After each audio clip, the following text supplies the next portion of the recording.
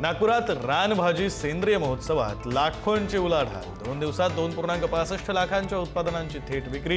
65 शेतकरी गटांचा नागपूरच्या महोत्सवाला उत्स्फूर्त प्रतिसाद।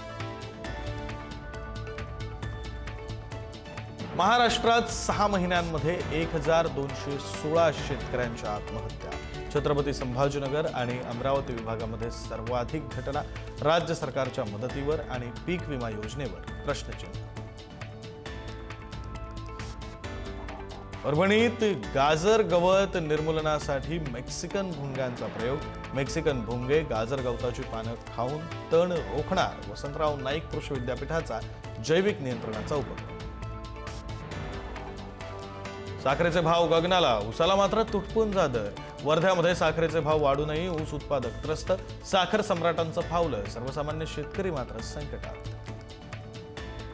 नवी मुंबईच्या वाशीतील एपीएमसी बाजारामध्ये तांदळाच्या घाऊक दरात सुमारे 11% वाढ। किरकोळ बाजारावरही परिणाम।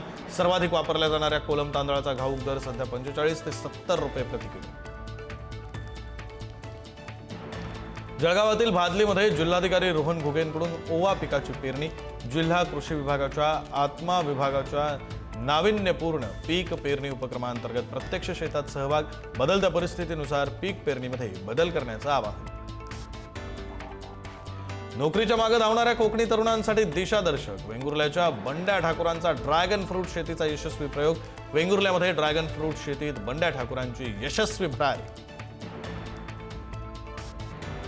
श्रावणामध्ये मुंबईतील फळ बाजारामध्ये सफरचंद, डाळिंब, केळींना मागणी। सुट्टीच्या दिवशी क्रॉफर्ड मार्केटसह विविध फळ बाजारांमध्ये गर्दी।